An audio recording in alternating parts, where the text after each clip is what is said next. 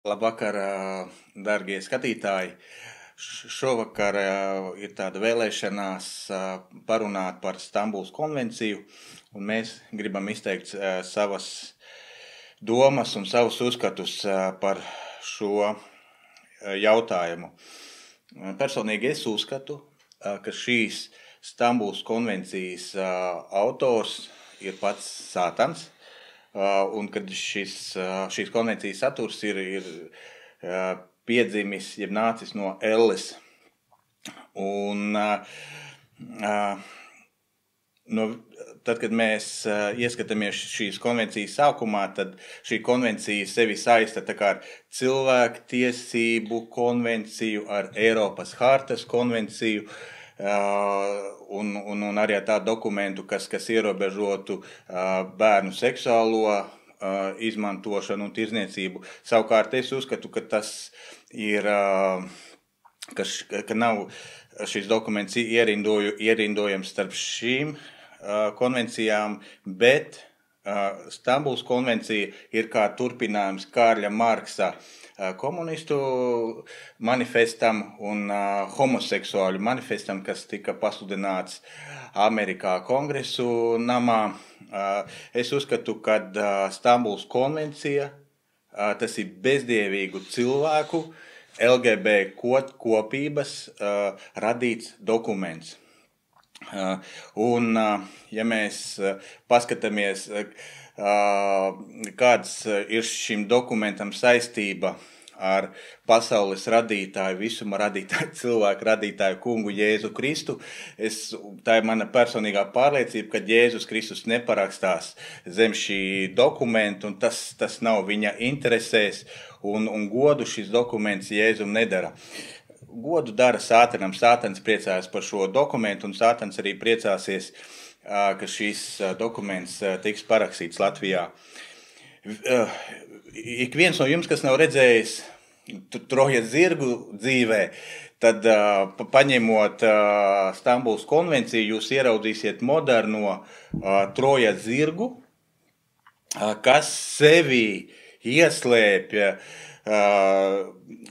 visu elles tumsonību, visu ļaunumu, amoralitāti, netiklību, nešķīstību, visas tās lietas, kas Sātanam patīk. Tas ir apslēpts šī Stambulas konvencijā kā Trojas zirgā, un ja mēs Latvijā ratificēsim un pieņemsim šo konvenciju, tad no šī Trojas zirga iznāks ārā viss tas ļaunums, kas ir aprakstīts Bībelē, kas ir bijis Lata dienās, kas ir bijis Noasa dienās un par ko ir nācis lielais Dieva sods.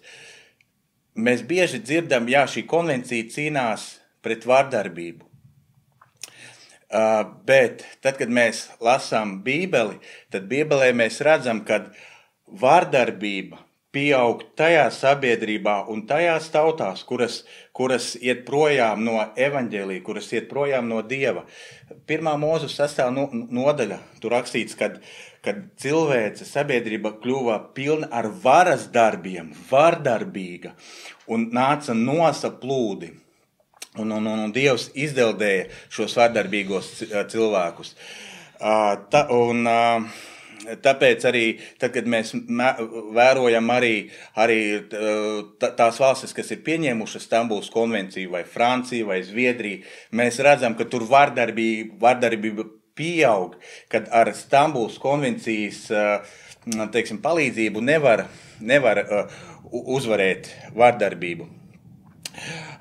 Vēl viens statistika un vēl viena pieredze, kas mums parāda, kur un kādā veidā pieaug vardarbība, mēs varam ņemt par piemēru amerikāņu skolas. 1963. gadā augstākā tiesa aizliedza Amerikas publiskās skolās lūgties un lasīt Bībeli. Un tad, kad mēs paņemam statistiku, kas runā par situāciju skolā pēc 1963. gada, mēs redzam, ka skolās pieaug vardarbība starp pašiem skolniekiem, vardarbība pret skolotājiem, pieaug narkomānija skolā, alkoholisms pusaudžu vidū izplatās. Un tas ir tad, kad valsts izlēma atteikties no Dieva, no Bībeles, no Jēzus Kristus. Mēs bez viņa nevaram apturēt šo ļaunumu un šo grēku. Un tāpēc, bet mūsu latviešu tautā mums ir atbildi uz jautājumu, kā mēs varam apturēt vardarbību skolā, kā mēs varam apturēt vardarbību sabiedrībā. Un tā atbilde, viena no atbildēm ir atrodama mūsu vēsturē, tad, kad mēs pētam brāļu draudzes kustību. Tajā laikā latviešu tauta bija nodzerusies, ja runā par 18. gadsimtu, viņi bija vārdarbīgi ģimenē, bija vārdarbīgi pret saviem kungiem, savā starpā, cietumi bija pārpildīti. Un mēs lasām, tad, kad atnāca brāļu draudze, tad, kad atnāca evaņģēlijs, tad, kad cilvēki sāka lasīt Bībeli, tad, kad viņi sāka iet uz dievnamiem, tad, kad viņi sāka mesties ceļos radītāja Jēzus priekšā, vēsture mums saka, ka slēdzās ciet krogi, slēdzās ciet cietumi. Un nenotika nekādas tiesas sēdes, jo tāpēc, ka vardarbīgie latvieši caur evaņģēliju, to, ka viņi atgriezās pie Jēzus, viņi kļuva par ģimenes cilvēkiem, viņi pārstāja lietot alkoholu, viņi pārstāja maukoties un kļuva par ģimenes cilvēkiem, par labiem tēviem un mātēm. Pētiet, tā ir mūsu vēsture, un tas ir tas, ko es jums novēlu šodien, nevis caur šo Trojas zirgu, mums izdosies kaut ko uzlabot un glābt Latvijā. Bet vienīgais, ka mēs atgriezīsimies pie Jēzus Kristus. Un viens no pantiem, kas raksturo šīs konvencijas dubultmorāli, amoralitāti un paslēptos nolūkus, ir atrodams 39. pantā, kur šī konvencija runā par abortu, kā pieņemamu lietu, ja sieviete tam piekrīt. Savukārt, ja mēs aizietu uz šīm telpām, kur notiek aborti, kur tiek šie nedzimušie bērni ar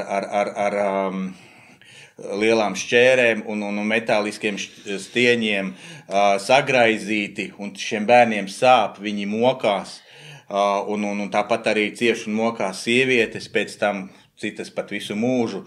Tā ir lielākā vardarbība, aborti, tā ir lielākā vardarbība, ko šī konvencija atbalsta. Viņa nesaka, ka aborti ir vardarbība, ka tā ir slepkavība. Un ziniet, kāpēc? Tāpēc, ka Sātans nav ieinteresēts atzīt un uzskatīt abortus kā vardarbību. Un tāpēc es uzskatu, ka šī konvencija visa nāk no viena saimnieka, un tas ir Sātans.